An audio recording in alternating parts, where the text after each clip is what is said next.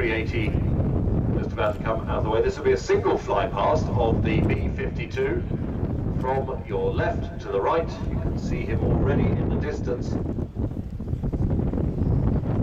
Powered by 8 Pratt & Whitney turbofans, rated at 17,000 pounds of thrust. With a total fuel load, 174,000 litres.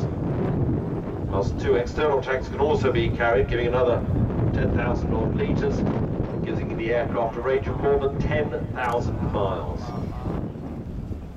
Stratofortress is manned by a crew of 6, comprising a pilot, co-pilot, navigator, radar navigator, ECM operator and gunner. From your left to the right.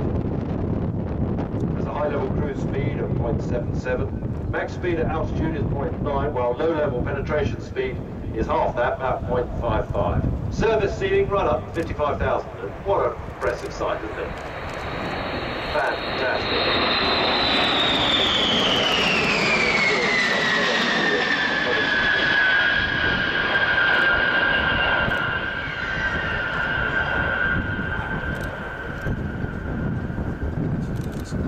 The Whispering Jet.